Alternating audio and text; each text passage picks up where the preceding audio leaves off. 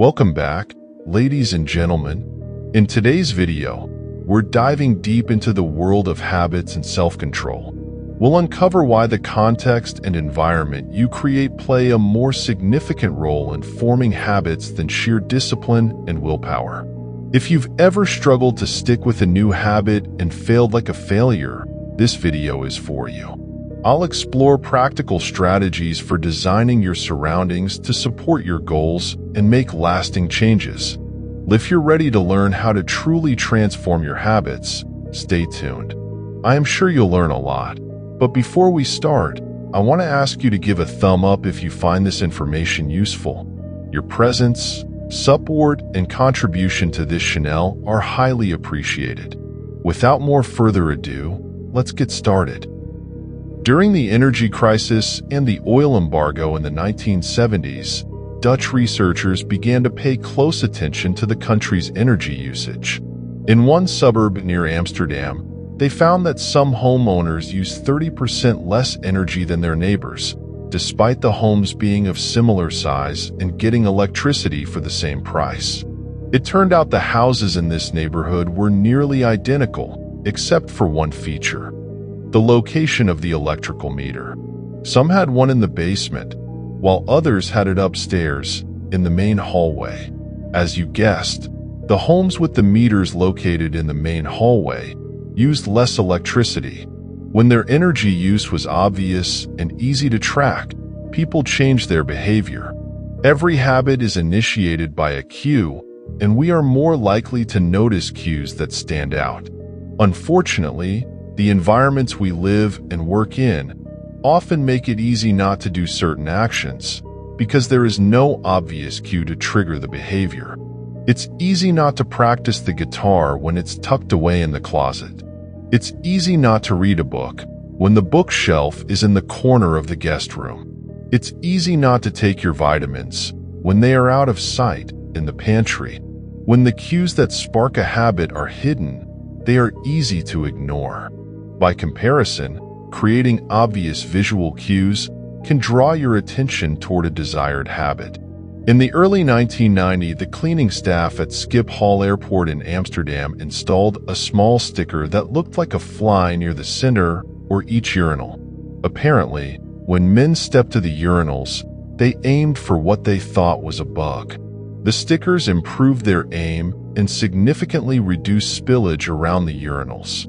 Further analysis determined that the stickers cut bathroom cleaning costs by 8% per year. I've experienced the power of obvious cues in my own life. I used to buy apples from the store, put them in the crisper in the bottom of the refrigerator, and forget all about them. By the time I remembered, the apples would have gone bad. I never saw them, so I never ate them. Eventually, I took my own advice and redesigned my own environment. I bought a large display bowl and placed it in the middle of the kitchen counter. The next time I bought apples, that was where they went, out in the open, where I could see them. Almost like magic, I began eating a few apples each day, simply because they were obvious, rather than out of sight. Here are a few ways you can redesign your environment and make the cues for your preferred habits more obvious. If you want to remember to take your vitamins each morning, put your pill bottle directly on your night table. If you want to practice guitar more frequently, place your guitar stand in the middle of the living room. If you want to drink more water, fill up a few water bottles each morning and place them in common locations around the house. If you want to make a habit a big part of your life, make the cue a big part of your environment. The most persistent behaviors usually have multiple cues. Consider how many different ways the smoker could be prompted to pull out a cigarette driving in a car, seeing a friend smoke, feeling stressed at work, and so on. The same strategy can be employed for good habits. By sprinkling triggers throughout your surroundings, you increase the odds that you'll think about your habit throughout the day. Make sure the best choice is the most obvious one. Making a better decision is easy and natural when the cues for good habits are right in front of you. Environment design is powerful not only because it influences how we engage with the world, but also because we rarely do it. Most people live in a world others have created and organized for them to function in. But you can alter the spaces where you live and work to increase your exposure to positive cues and reduce your exposure to negative ones. Environment design allows you to take back control and become the architect of your life. Be the designer of your world and not merely the consumer of it. The context. The triggers that trigger a habit can start out very specific, but over time your habit becomes associated not with a single trigger, but with the entire context surrounding the behavior. For example, many people drink more in social situations than they would ever drink alone. The trigger is rarely a single cue, but rather the whole situation. Watching your friends order drinks, hearing the music at the bar, seeing the beers on tap. We mentally assign our habits to the locations in which they occur: the home, the office, the gym. Each location develops a connection with certain habits and routines. You establish particular relationships with the objects on your desk, the items on your kitchen counter, the things on your bedroom. Our behavior is not defined by the objects in our environment, but by our relationship to them. In fact, this is a useful way to think about the influence of the environment on your behavior. Stop thinking about your environment as filled with objects. Start thinking about it as filled with relationships.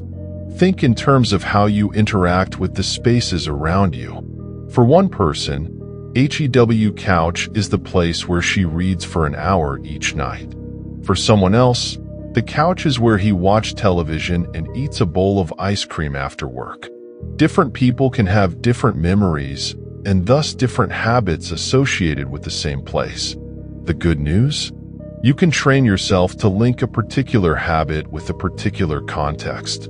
In one study, scientists instructed insomniacs to get into bed only when they were tired. If they couldn't fall asleep, they were told to sit in a different room until they became sleepy. Over time, subjects began to associate the context of their bed with the action of sleeping, and it became easier to quickly fall asleep when they climbed in bed. Their brains learned that sleeping, not browsing on their phones, not watching television, not staring at the clock, was the only action that happened in that room. The power of context also reveals an important strategy. Habits can be easier to change in a new environment. It helps to escape the subtle triggers and cues that nudge your current habits. Go to a new place, a different coffee shop, a bench in the park, a corner of your room you seldom use, and create a new routine there. It is easier to associate a new habit with a new context than to build a new habit in the face of competing cues. It can be difficult to go to bed early if you watch television in your bedroom each night. It can be hard to study in the living room without getting distracted, if that's where you always relax. But when you step outside your normal environment, you leave your behavioral biases behind. You are battling old environmental cues, which allows new habits to form without interruption. Want to think more creatively? Move to a bigger room or rooftop patio or a building with expansive architecture. Take a break from the space where you do your daily work, which is also linked to your current thought patterns. Trying to eat healthier? It is likely that you shop on autopilot at your regular supermarket. Try a new grocery store. You may find it easier to avoid unhealthy food when your brain doesn't automatically know where it is located in the store. When you can't manage to get to an entirely new environment, redefine or rearrange your current one. Create a separate space for work, study, exercise, entertainment, and cooking. The mantra I find useful is one space, one use. When I started my career as an entrepreneur, I would often work from my couch or at the kitchen table. In the evenings, I found it very difficult to stop working. There was no clear division between the end of work time and the beginning of personal time. Was the kitchen table my office or the space where I ate meals? Was the couch where I relaxed or where I sent emails? Everything happened in the same place. A few years later, I could finally afford to move to a home with a separate room for my office. Suddenly, work was something that happened in here, and personal life was something that happened out there. It was easier for me to turn off the professional side of my brain when there was a clear dividing line between work life and home life. Each room had one primary. The kitchen was for cooking, the office was for working. Whenever possible, avoid mixing the context of one habit with another. When you start mixing contexts, you'll start mixing contexts, and the easier ones will usually win out. This is one reason why the versatility of modern technology is both a strength and a weakness. You can use your phone for all sorts of tasks, which makes it a powerful device. But when you can use your phone to do literally anything, it becomes hard to associate it with one task. You want to be productive, but you are also conditioned to browse social media, check emails, and play video games whenever you open your phone. It's a mishmash of cues. You may be thinking you don't understand. I live in a big, expensive city and my apartment is the size of a smartphone. I need each room to play multiple roles. Fair enough. If your space is limited, divide your room into activity zones: a chair for reading, a desk for writing, a table for eating. You can do the same with your digital spaces. I know a writer who uses his computer only for writing, his tablet only for reading, and his phone only for social media and texting. Every habit should have a home. If you can manage to stick with a strategy, each context will become associated with a particular habit and mode of thought. Habits thrive under predictable circumstances like these. Focus comes automatically when you are sitting at the work desk. Relaxation is easier when you are in a space designed for that purpose. Sleep comes quickly when it is the only thing that happens in your bedroom. If you want behaviors that are stable and predictable, you need an environment that is stable and predictable. A stable environment where everything has a place and purpose is an environment where habits can easily form. To sum up, small changes in context can lead to small changes in behavior over time. Every habit is initiated by a cue. We are more likely to notice cues that stand out. Make the cues of good habits tied to your environments. Gradually, your habits become associated not with a single trigger, but with the entire context surrounding the behavior. The context becomes the cue.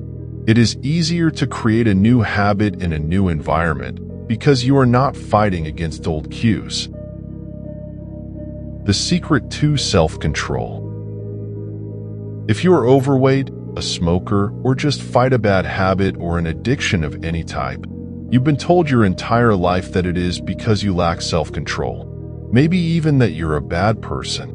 The idea that a little bit of discipline would solve all our problems is deeply embedded in our culture. Recent research, however, shows something different.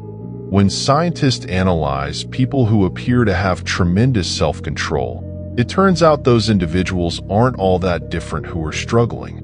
Instead, disciplined people are better at structuring their lives in a way that does not require heroic willpower and self-control. In other words, they spend less time in tempting situations.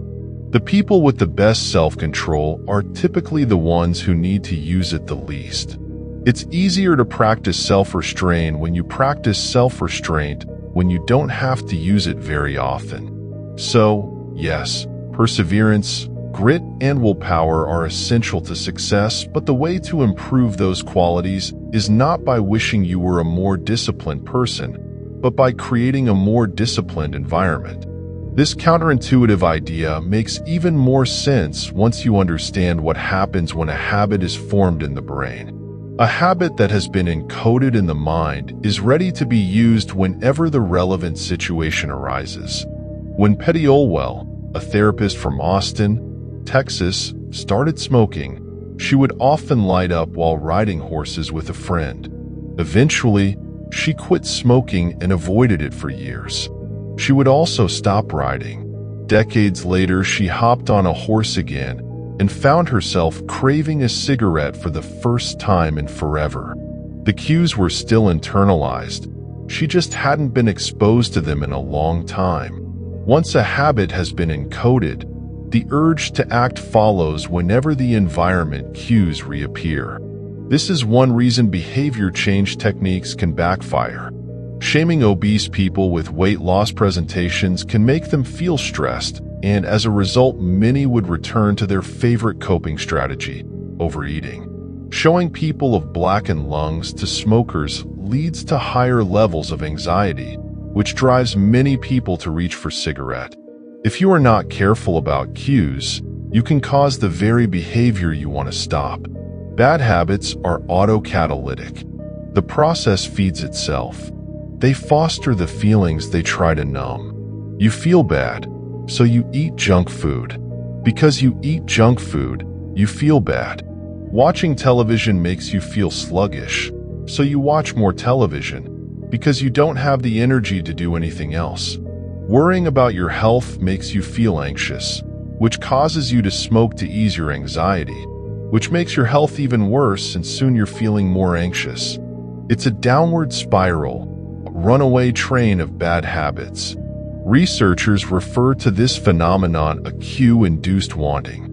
An external trigger causes a compulsive craving to repeat a bad habit. Once you notice something, you begin to want it. This process is happening all the time, often without us realizing it. Scientists have found that showing addicts a picture of cocaine for just 33 milliseconds stimulates the reward pathway in the brain and sparks desire. This speed is too fast for the brain to consciously register. The addicts couldn't even tell you what they had seen, but they craved the drug all the same. Here is the punchline. You can break a habit, but you are unlikely to forget it. Once the mental grooves of habit had been carved into your brain, they are nearly impossible to remove entirely, even if they go unused for quite a while. And that means that simply resisting temptation is not an effective strategy. It is hard to maintain a Zen attitude in a life filled with interruptions. It takes too much energy. In a short run, you can choose to overpower temptation. In the long run, we become a product of the environment we live in. To put it bluntly, I have never seen someone consistently stick to positive habits in a negative environment. A more reliable approach is to cut bad habits of the source. One of the most practical ways to eliminate a bad habit is to reduce exposure to the cue that causes it. If you can't seem to get any work done, leave your phone in another room for a few hours. If you are continually feeling like you are not enough, stop following social media accounts that trigger jealousy and envy. If you're wasting too much time watching television, move the TV out of the bedroom. If you're spending too much money on electronics, quit reading reviews of the latest tech gear. If you're playing too many video games, unplug the console and put it in a closet after each use. This practice is an inversion of the first law of behavior change. Rather than make it obvious, you can make it invisible. I am often surprised by how effective simple changes like these can be. Remove a single cue, and the entire habit often fades away. Self-control is a short-term strategy, not a long-term one. You may be able to resist temptation once or twice, but it's unlikely you can muster the willpower to override your desires every time. Instead of summoning a new dose of willpower, whenever you want to do the right thing, your energy would be better spent optimizing your environment. This is the secret to self-control. Make the cues of your good habits obvious and the cues of your bad habits invisible. Remember, while discipline and willpower are important, setting up your surroundings to support your goals can make the process much smoother and more effective. It saves you time, energy, and diminishes uncertainty. If you found these insights helpful, please give us a thumbs up and subscribe to our channel for more content on personal development and productivity. Share your thoughts and experiences in the comments below. We'd love to hear how you're designing your environment for success. Thanks for watching, and we'll see you in the next video. Keep building those positive habits.